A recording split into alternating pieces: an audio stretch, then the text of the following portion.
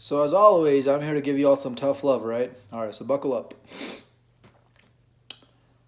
Again, this video is not to be hating on women. I'm not talking down on women. I love women, I don't hate women.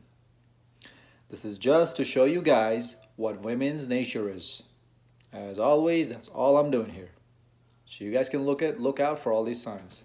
You guys can look out for these things that I'm about to be talking about. So you don't make the same mistakes that I've made. All these things that I talk about, guys, do you think I just like went on online and just typed some stuff up and it just popped up and I watched a video, read an article, read a book and learned from it? No. It's all from personal experience.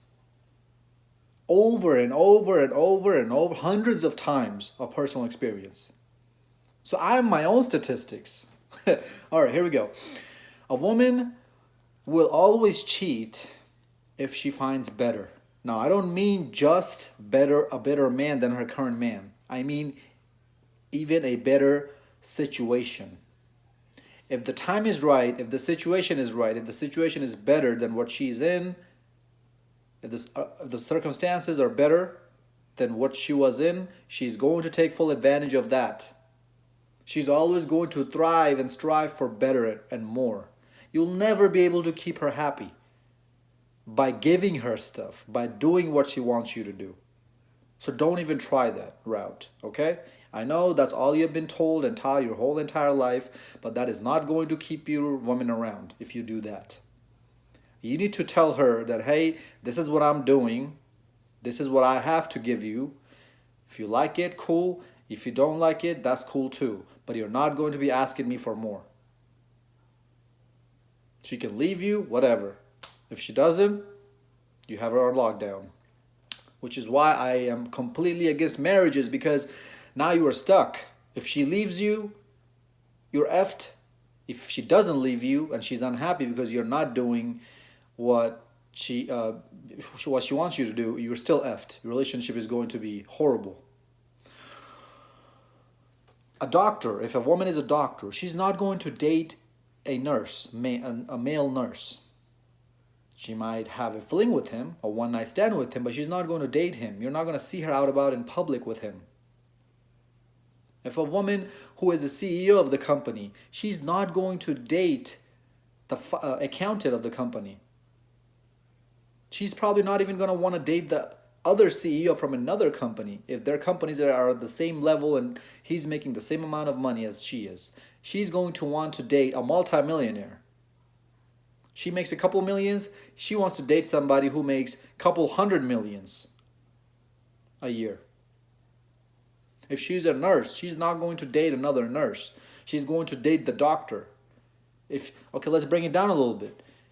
If she is a fast food worker, she works at the cashier or back in the kitchen, she's not going to want to date the busboy. She's going to want to date the store manager or even the company manager if she can get her hands to him under the right circumstances. Let's bring it down even a notch more, okay? If she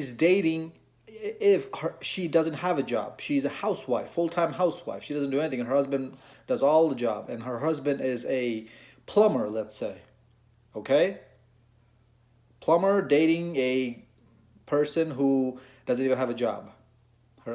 She doesn't work, she's a full-time housewife. If she can give under the right circumstances, if she can lay her hands on even, let's say, the contractor of another company or even the company that her husband works for, she's going to jump on that. Does this mean that she's going to cheat, as in physically cheat, as soon as she gets the opportunity? No, it does not. Women are smart. They monkey branch. They make sure that their other hand is grabbing onto one branch before they let go of this branch that their left arm is holding on. They're going to make sure their right arm is holding on to another branch before they let go of their left arm from the previous branch. It's called monkey branching. They're smart. So if you have a stable job, a stable income, let's say $50,000 a year, and your woman doesn't work, or she probably does something that makes $20,000 a year, and she finds another man comes across in her life who makes $80,000 a year, she's not going to just automatically cheat on you and leave you physically. She might not physically cheat on you yet. Emotionally, oh yeah, she's gone. If she's even thinking about leaving you for that guy, she's already gone, too far gone, right? We all know that. So she's going to make sure that the other guy that she's going to cheat with on you will accept her. He needs to accept her first. She needs to make sure that she has her ducks in his basket before she picks him up from yours. You feel me? Because they're smart with it. And if she sees that no, he cannot, he doesn't want her, or he seems like the type of guy who's just a one night stand kind of thing, now she has two options. One, she might physically cheat on you with him and still come back to you. Or two, she might not do anything with him at all. Why would this is when she's going to cheat on you physically with him under those two under those two options. When she sees that he doesn't want anything long term with her, is if he looks physically better than you and he can lay the pipe in the bedroom better than you. Women don't really know if a guy can lay the pipe yet in the bedroom because she hasn't been with him, but his physical characteristics, how big his jaw, like how chiseled his jawline looks, how thick his biceps look, they're going to make that judgment based on those things. This is why I tell all my guys here to hit the gym, to work out, to get a Greek god looking like physique. Not just for women, you should be doing it for yourself as well. If you take your shirt off and look at yourself in the mirror and see a six-pack, I'm pretty sure it's going to feel pretty good, right? I don't think there has ever been a man who has taken his shirt off and looked himself in the mirror and saw a six-pack and was like, oh, ew, what is that? Right? No. It's going to boost your self-confidence up too, right? I'm pretty sure that's how it works. All positive things are coming. Nothing negative is coming from you working out and getting in shape and looking like a Greek god. Even if you're a short dude, you can still build a lot of muscle and have a chiseled six-pack. And symmetrical legs and the whole 9 yards, the whole deal. On the second part, if she doesn't cheat on you, that does not mean she's loyal physically in the second option. You have to remember, her mental cheating is gone. Like, she is mentally gone from you already. This is why she was thinking about the other guy in the first place. This is when you're going to start seeing problems in your relationships. And you need to start picking up red flags. I'm going to talk about those red flags in another video. Okay? This is called female hypergamy.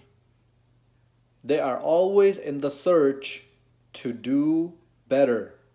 I'm not talking about your high school girls, your middle school girls. They don't even know anything better. If a guy comes along who has $1,000 in his bank account, that's a whole lot of money for them. They're gonna jump on that. If he looks somewhat good and have his stuff together and works out and this and that, and just 5'10" or 5'9", he doesn't even have to be that tall. Attracting high school girls is nothing.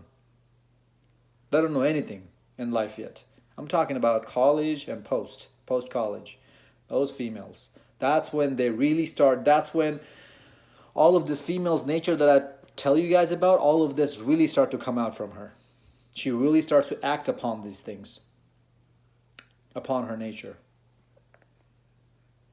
Female hypergamy is actually a good thing for us men, because now that we know that she wants better and more, we can either, one, have a lifestyle like that that's going to attract more and more women and have a whole long roster of women in our life that we can pick and choose from, or we can just discard one woman if she's being too clingy or if she's not doing what we want her to do. Or number two, we can sell her a dream if we haven't had our lifestyle there yet. This is a very important point, guys. Listen up. If we don't have our lifestyle up there yet, where we want it to be, we can still sell her the dream. if we are wanting a quick hookup, a quick fling. I'm not telling you guys not to go for sex. I'm not telling you guys don't uh, have one night stands with these girls. You can have as many of those you want. I highly encourage you go out and have sex with as many women as you want and as you can. This is going to improve your game. This is going to desensitize you from having one-itis. What's the one-itis? It means when you have only one woman in your life and that's the only thing you can think about. When you have a bunch of women in your life or you have been with a bunch of women, now you start seeing women in a completely different view. I encourage all of my guys out here to have sex with at least 100 girls, at least. That's when you're going to start to see a woman's true color. That's when you're not going to be whipped by them, by what's in between in their legs. So we can sell them that dream, and a lot of girls will eat that stuff up, eat that dream right up, and lay with you in your bed and go to your bedroom with you. And as soon as she's done, you can either keep her if she's cool, if she has a good personality, and if she's not clingy, and she doesn't act all needy, like act all gold diggerish from you. All women are gold diggers. You have to understand that first of all, but there's levels to that.